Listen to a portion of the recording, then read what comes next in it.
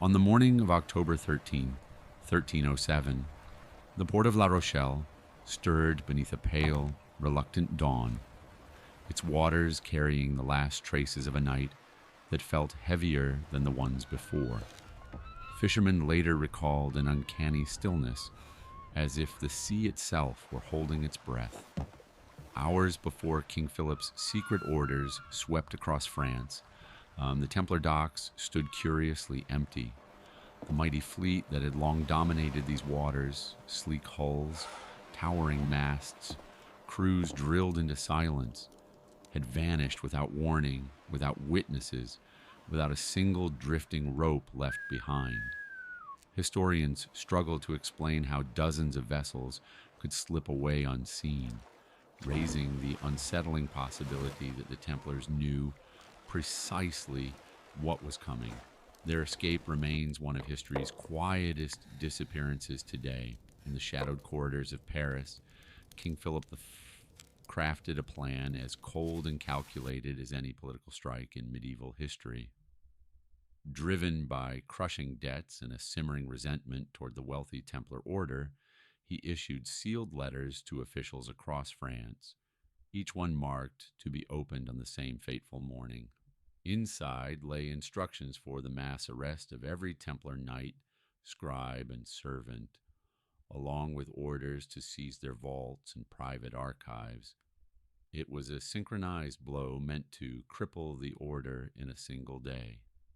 Yet the eerie precision of the Templars' disappearance hints at something unnerving, that Philip's secret may not have been as well kept as he believed, and the knights may have slipped away just in time. In the scattered testimonies that survive, a handful of dock workers and sailors speak of unusual movements in the harbor. During the final hours before the crackdown, they recalled muffled voices, hurried footsteps, and lanterns swaying along the piers long after the port should have fallen silent. Some insisted they saw Templar ships slipping out to sea beneath a thick veil of fog, their sails ghost-like against the moonlit water. Others swore they heard the creak of loaded cargo, as if something precious or dangerous was being moved in haste. These fragments of memory raise a compelling question that still lingers centuries later. If the fleet truly sailed west that night, were the Templars fleeing from Philip's wrath or racing toward a destination only they understood? When scholars turn to the medieval chronicles for clarity, they find an unsettling silence where explanation should exist. Writers who eagerly detailed the downfall of the Templars, every accusation, every confession, every royal decree, barely offered a line about the sudden absence of the order's formidable fleet. It is as if the ships simply ceased to matter. The moment they vanished, erased from the narrative by collective agreement or quiet command. This omission feels deliberate, a gap in the record wide enough to swallow truth itself. Why would chroniclers ignore one of the most significant maritime disappearances of the age? No historian has provided a convincing answer, leaving modern researchers to wonder what was known and why it was never written. Across medieval Europe, the Knights Templar operated a financial network so vast and sophisticated that kings entrusted them with entire national treasuries. Their commanderies functioned like early banks, safeguarding deposits, issuing letters of credit, and maintaining coded inventories that only select officers could interpret. This wealth flowed constantly through their ports, including La Rochelle, where ledgers hinted at fortunes far exceeding what any monarch publicly admitted. When Philip IV moved to seize the order's assets, he expected overflowing vaults and incriminating documents.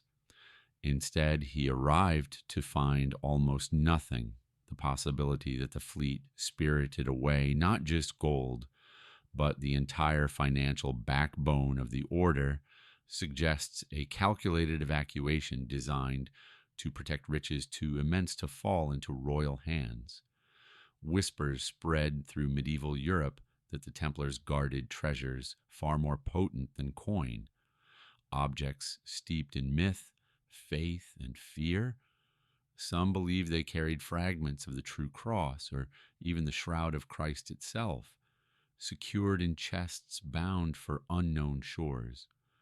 Others insisted the knights protected relics tied to the earliest Judean traditions, items capable of challenging church authority if ever revealed. The most daring legends spoke of the Holy Grail, not as a cup, but as a symbol of forbidden knowledge the order swore to keep hidden.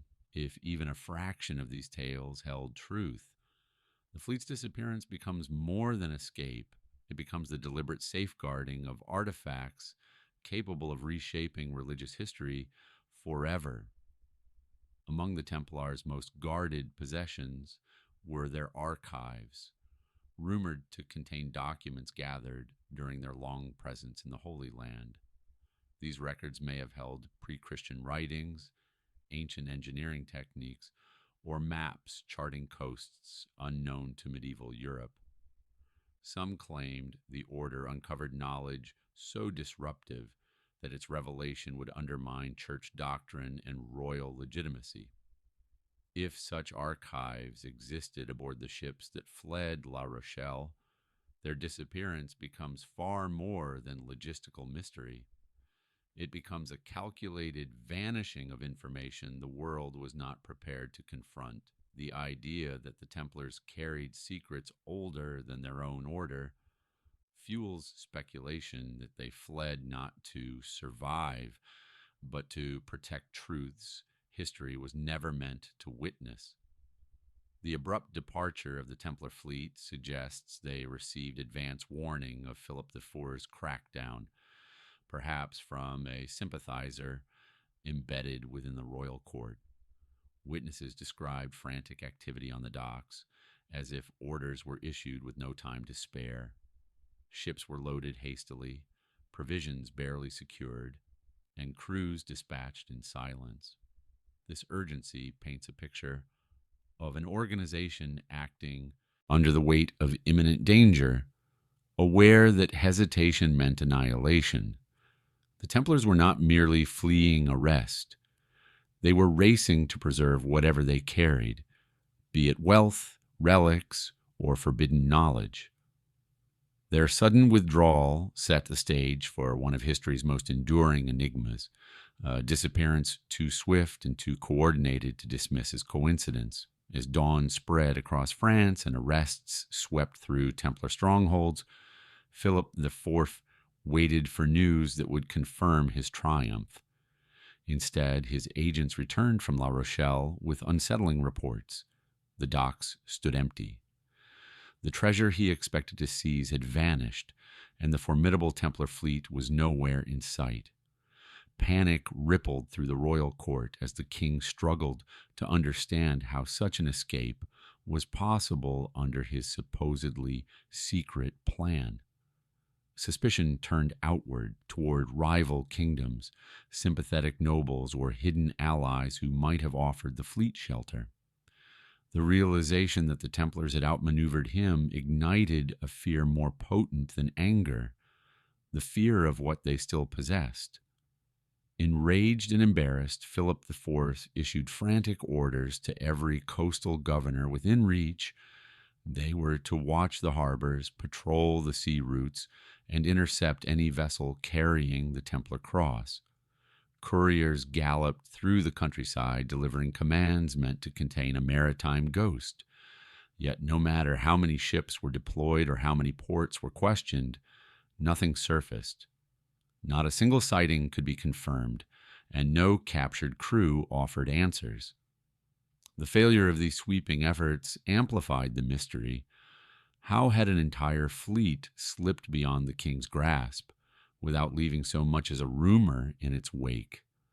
The silence on the water became a taunt, suggesting the Templars were far ahead of him. In the weeks following the disappearance, scattered reports began to surface along Europe's western coasts. Fishermen in Portugal claimed they saw unfamiliar ships approaching under starlight, before vanishing again by morning. Coastal villagers in Scotland whispered of vessels with stark foreign sails docking briefly, and their crews cloaked and silent. Yet every testimony contradicted the last. Differences in hull shape, sail markings, even the number of ships involved. Some witnesses insisted the vessels flew no banners at all. Others swore they bore faded Templar symbols. These inconsistencies clouded the investigation, leaving historians unsure whether they reflected genuine sightings or the growing fascination with a mystery no one could resist embellishing. One of the most compelling theories suggests the Templar fleet never sailed as a single unit but deliberately fragmented into smaller groups as soon as it cleared the French coast. Each ship, according to this idea, carried only a portion of the order's wealth or archives, ensuring no single capture could compromise their mission. This tactic would have made the fleet nearly impossible to track, scattering their routes across the horizon like strands of broken thread. If true, it explains why sightings were varied and inconsistent, and why no kingdom could ever confirm receiving them.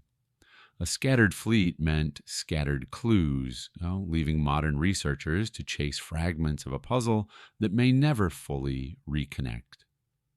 Among the kingdoms of medieval Europe, Portugal stood almost alone in its refusal to condemn the Templars. King Denis, wary of Philip IV's ambitions and suspicious of the charges leveled against the order, rejected the decree demanding their arrest.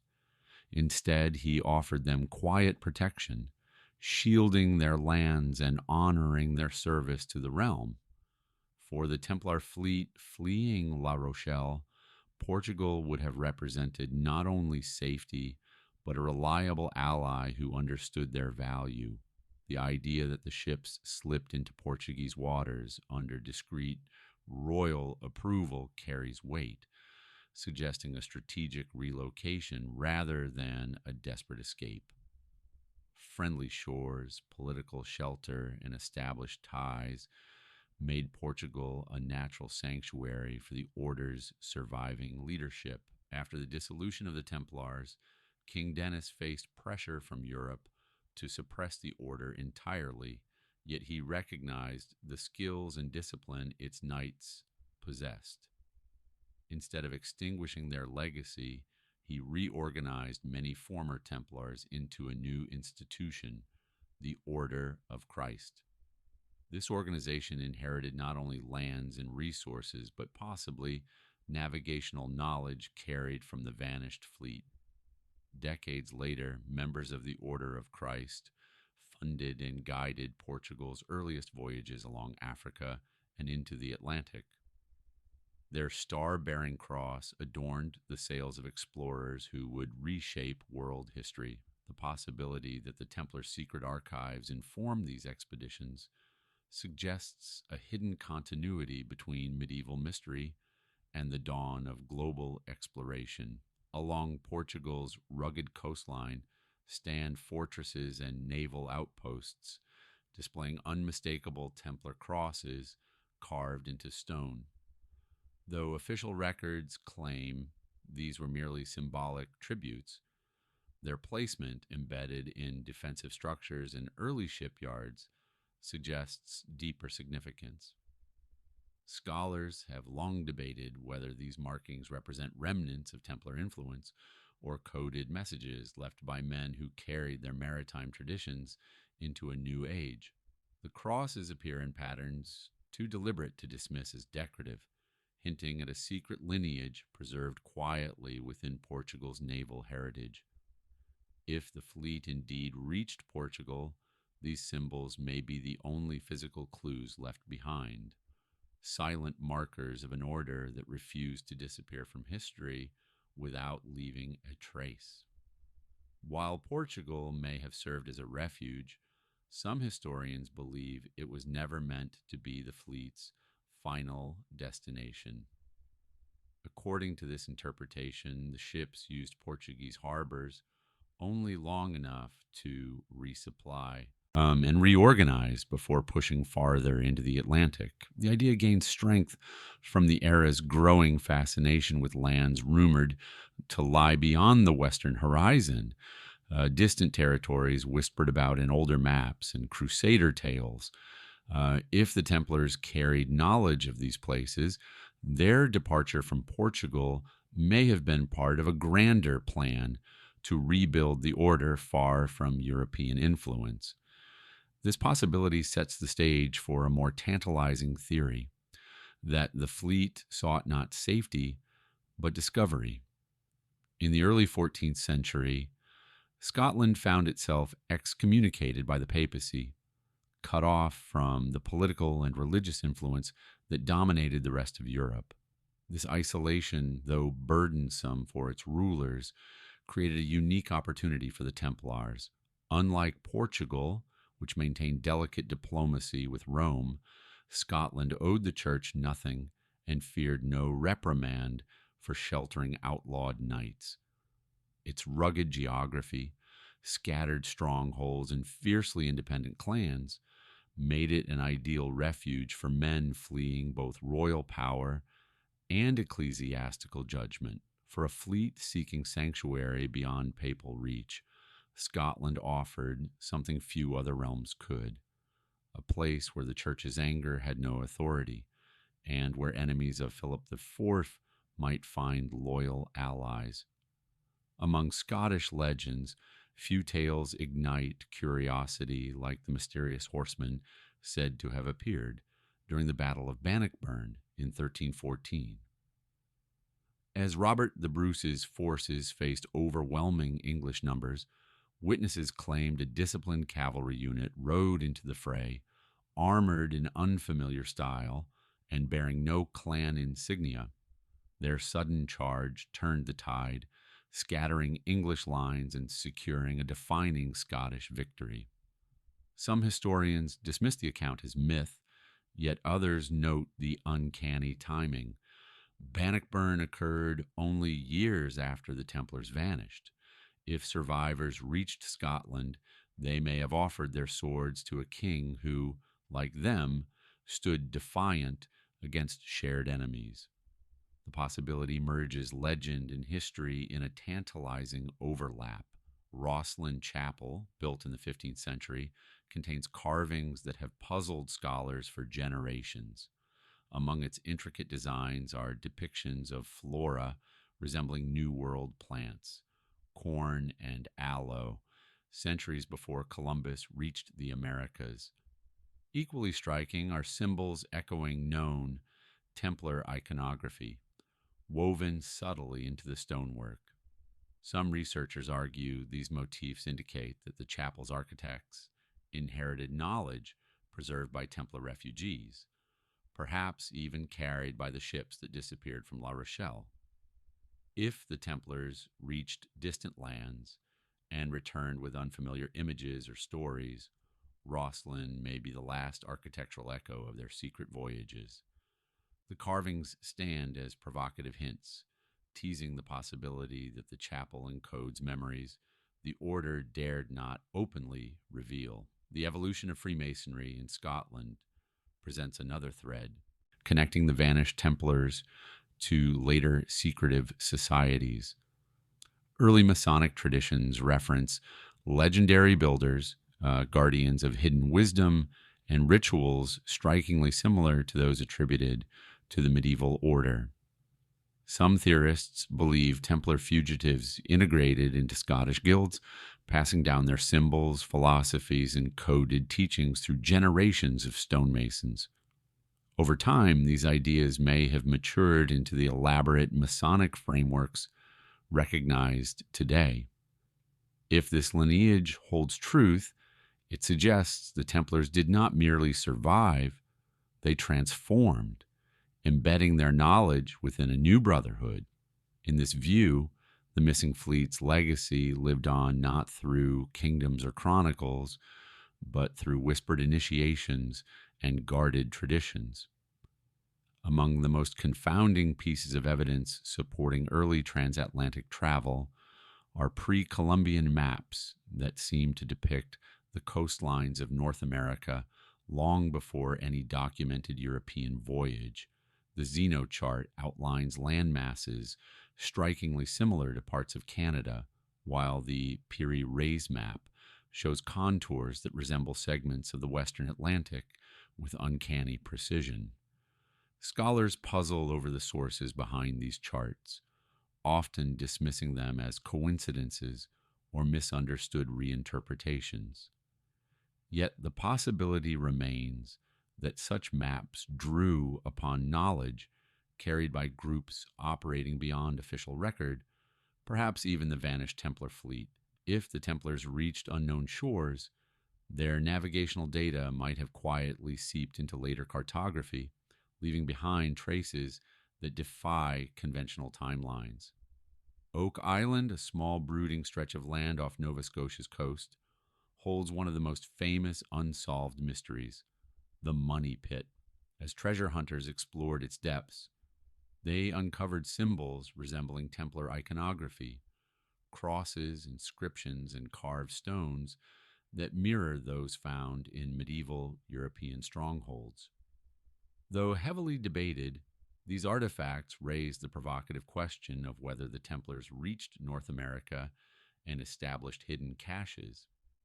Some researchers argue that the island's elaborate underground structures required engineering knowledge far beyond that of early settlers, pointing to a more experienced group's involvement. If the fleet did arrive here, Oak Island may represent not just a hiding place, but a deliberate vault built to protect relics or archives from prying hands. Across various First Nations oral traditions, there exist stories of pale-skinned visitors arriving long before the age of Columbus.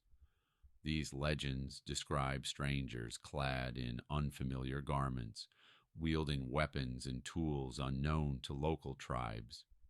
Some accounts speak of peaceful exchanges, while others hint at fleeting, enigmatic encounters that left no lasting settlements.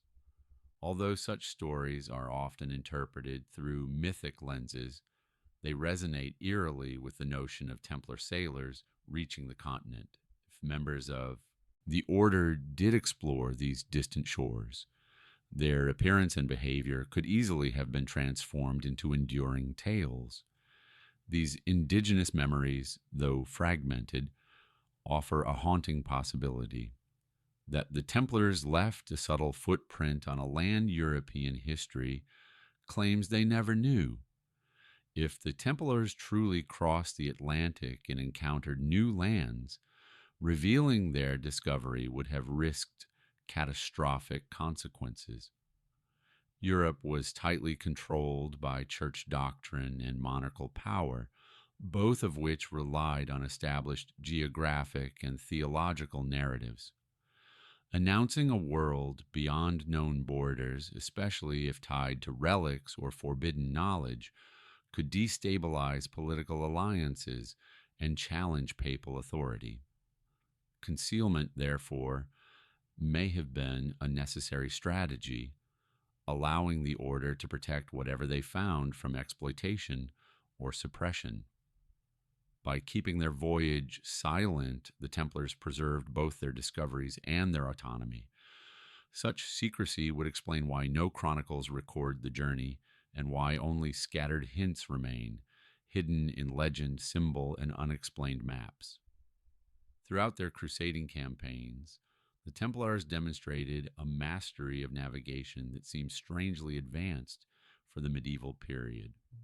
Their records hint at the use of star charts, magnetic indicators, and calculated sea routes more commonly associated with 15th century explorers. Some historians argue these skills developed through necessity, yet the sophistication appears disproportionate to the era's available knowledge. How did a monastic military order acquire maritime techniques rivaling those used by Portugal's later navigators? The possibility that the Templars accessed ancient sources, perhaps preserved texts from the Middle East or long-forgotten seafaring traditions, adds intrigue. If these techniques traveled aboard the lost fleet, Their disappearance may have deprived Europe of innovations centuries ahead of their time. Beyond relics and gold, some theorists suggest the Templars guarded something far more nebulous, esoteric knowledge often symbolically linked to the Holy Grail. In this interpretation, the Grail is not a physical cup, but a repository of insights capable of shifting political and spiritual authority. Such knowledge might include forgotten histories, forbidden scriptures, or philosophical principles that challenged the Church's narrative. If the Templars truly possessed this intellectual treasure, its removal from Europe becomes an act of preservation rather than escape. The idea that the fleet carried wisdom powerful enough to alter kingdoms makes its disappearance feel deliberate, as though the knights sought to protect humanity from truths that could destabilize an already fragile world. Excavations at former Templar sites have revealed architectural features that seem curiously advanced for their time. Precision cut stone, hidden drainage systems, and structural reinforcements inconsistent with local construction techniques. These anomalies raise the possibility that the Order possessed engineering knowledge acquired during their years in the Middle East, where they encountered remnants of ancient civilizations. Some artifacts hint at an understanding of geometry and mechanics that exceeds typical medieval standards. Historians struggle to reconcile this knowledge gap, unable to fully explain how a warrior monastic group mastered such techniques. If these secrets were documented within their archives, it is plausible they were transported aboard the fleet, ensuring their protection from both royal seizure and ecclesiastical destruction. Viewing the Templar fleet as mere transportation understates its potential importance. Some researchers propose the ships served as a mobile repository for the Order's most sensitive knowledge, archives containing maps, relics, sacred texts, and scientific observations gathered over 2 centuries.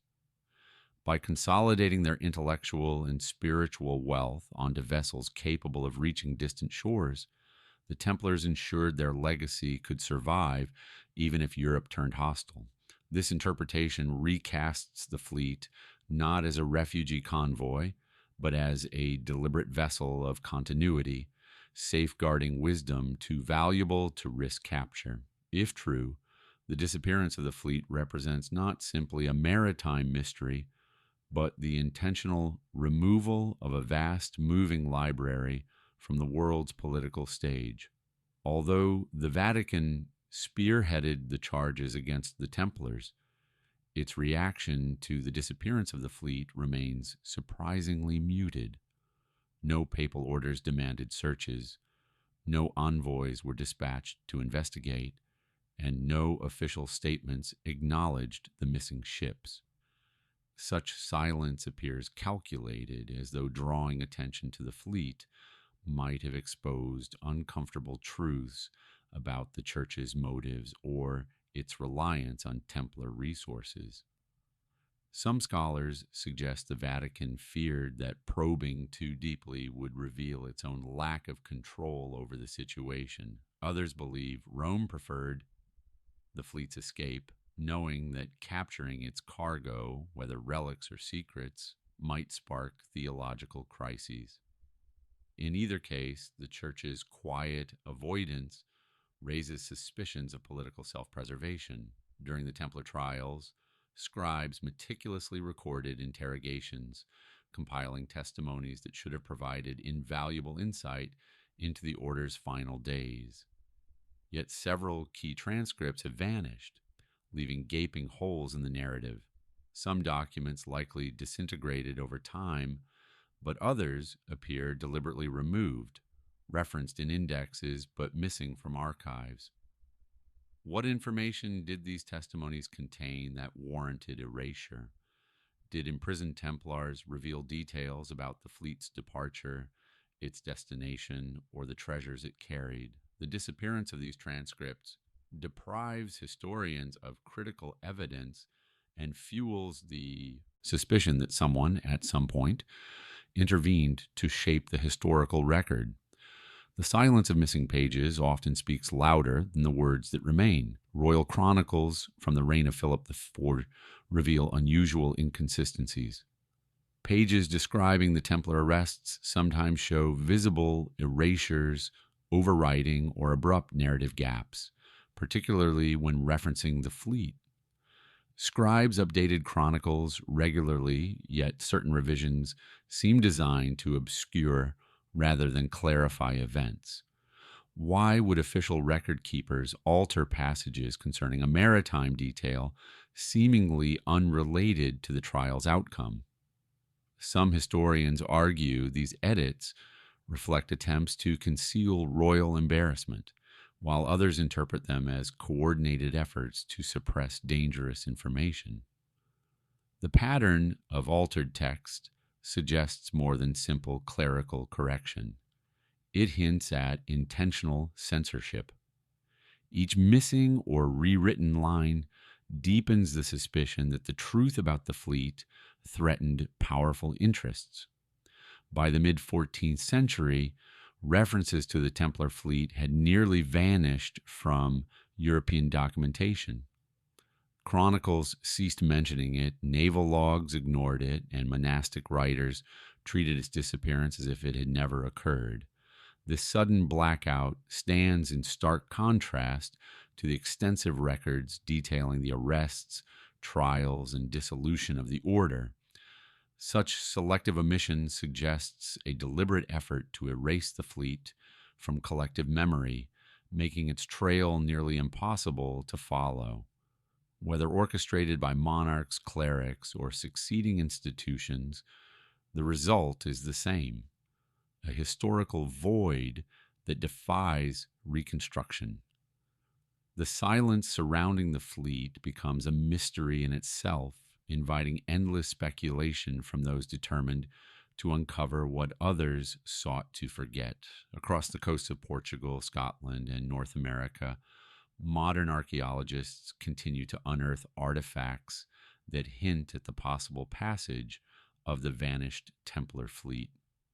Carved stones bearing familiar crosses, fragments of unusual metalwork, and structures resembling medieval European designs have all surfaced in unexpected places, yet every discovery stops just short of certainty.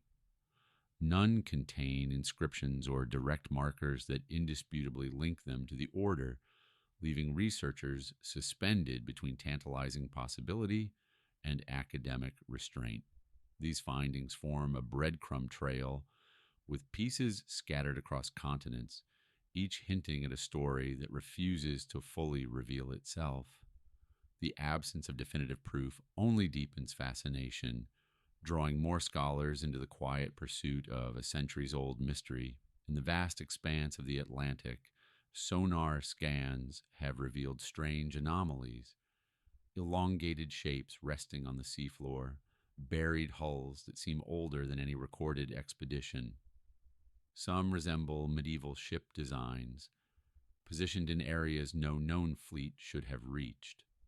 Marine archaeologists attempt cautious dives, yet the depths, currents, and decay make identification difficult. Wooden timbers crumble at the slightest touch, and metal fixtures erode into unrecognizable forms. Still, the shapes remain, silent and stubborn, refusing to confirm or deny their origins. These submerged ghosts tempt researchers with the hope that one might be a lost Templar vessel. Yet every expedition ends with the same unresolved question: are these wrecks remnants of forgotten voyages or deliberate secrets swallowed by the sea? In remote coastal communities, both in Europe and North America, genetic studies have uncovered unusual markers, patterns that seem out of place when compared to surrounding populations. Some anthropologists also note cultural echoes: symbols resembling Templar motifs, boat building techniques with European parallels, or oral traditions referencing pale foreign visitors. These threads are faint, often fragmentary, and easily dismissed as coincidence. Yet the convergence of genetics and folklore raises a provocative question. Could descendants of medieval sailors still live in these isolated regions? If the fleet dispersed and integrated quietly into new lands, their legacy may persist not in written records, but in bloodlines and memories. Each anomaly, however subtle, adds weight to the possibility of hidden chapters in transatlantic history. Paradoxically, the more evidence researchers uncover, the less clarity emerges. Each artifact, sonar anomaly, or cultural clue opens new avenues of speculation while shutting none of the existing ones. Instead of narrowing the mystery, discoveries broaden it, suggesting that the Templars' disappearance was not a simple escape, but a carefully orchestrated concealment. The scattered nature of clues, spanning continents, centuries, and disciplines, implies a trail designed to be elusive. Whether intentional or accidental, this pattern keeps the enigma alive, ensuring no single theory ever dominates. The result is a mystery that feeds upon its own complexity, drawing modern explorers deeper into a labyrinth where every answer transforms into another question waiting in the dark.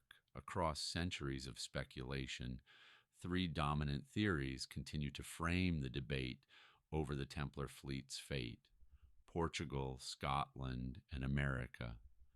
Each aligns with fragments of evidence scattered like clues in an unsolved puzzle. Portugal offers documented sanctuary and a clear institutional successor in the Order of Christ. Scotland provides political isolation and legends of mysterious knights who appeared at pivotal moments in its history. America, meanwhile, holds cryptic carvings, strange maps, and indigenous memories that suggest early European contact. None of these theories stand flawless, yet each carries elements too compelling to ignore.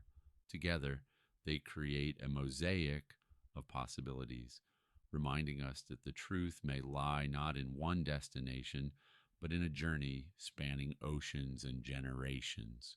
Among the most captivating ideas is the prospect that the Templars founded a remote colony somewhere beyond the reach of kings, popes, or chroniclers.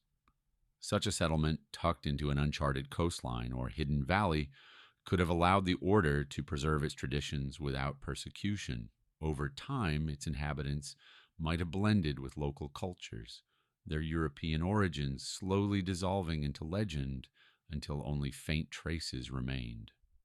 Archaeological anomalies and genetic curiosities in distant regions lend cautious support to this possibility.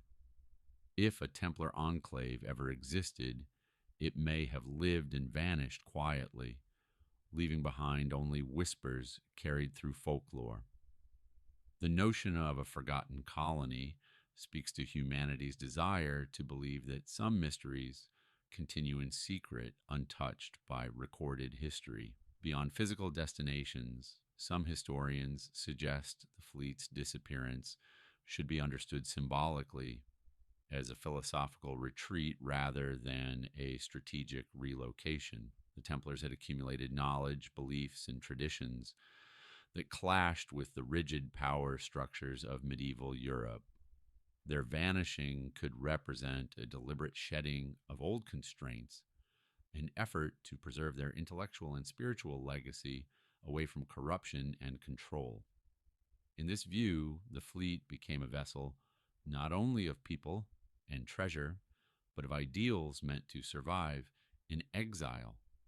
Their escape transforms into a quiet rebellion, an assertion that truth and wisdom could endure even when stripped of institutional recognition. Symbolism adds depth to a story already rich with unanswered possibilities. Centuries after the Templars vanished from La Rochelle, their missing fleet continues to cast a long, enigmatic shadow across history. The absence of definitive answers has allowed speculation to flourish, inspiring treasure hunters, scholars, and storytellers alike. Some believe the Templars intentionally obscured their trail, ensuring that those who sought them would follow only faint echoes. Others see the mystery as an unintended consequence of political suppression and lost records. Whatever the cause, the enigma persists, refusing to settle into tidy explanation. It endures because it embodies the perfect blend of history and legend, fact and imagination. As long as unanswered questions remain, the story of the lost fleet will continue to captivate, inviting each generation to search anew.